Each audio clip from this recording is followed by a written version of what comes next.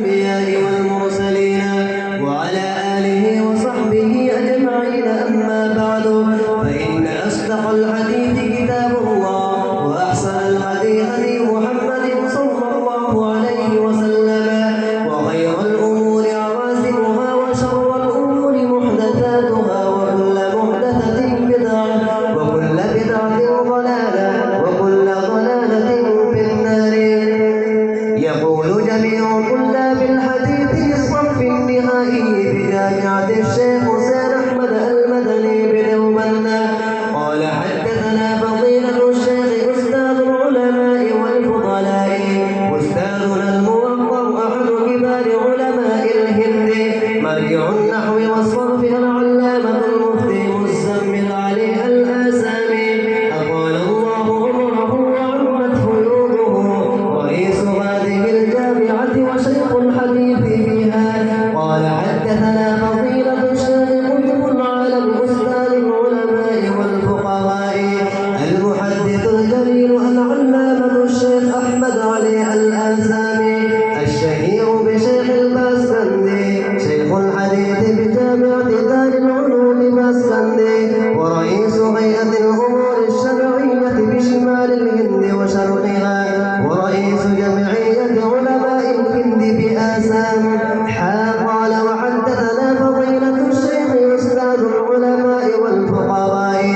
المحدث الكبير العلامة الشيخ نصير أحمد خابلنشيري، شيخ الحديث بجامعة دار العلوم بدوبند. قال حدثنا فضيلة الشيخ شيخ الإسلام والمسلمين قطب العالم، المحدث الموضعي الفقيه الألمعي، العلامة السيد حسين أحمد المدني، شيخ الحديث بجامعة دار العلوم بدوبند، ورئيس جمعية علماء الهند. قال حدثنا فضيلة الشيخ الإمام الرباني أستاذ العلماء والفقهاء، شيخ الكل العلامة الشيخ محمود حسن الدوبندي، الشهير بشيخ الهند، شيخ الحديث بجامعة دار العلوم بدوبند. عن فضيلة الشيخ الإمام الأكبر حجة الإسلام والمسلمين قاسم العلوم والخيرات،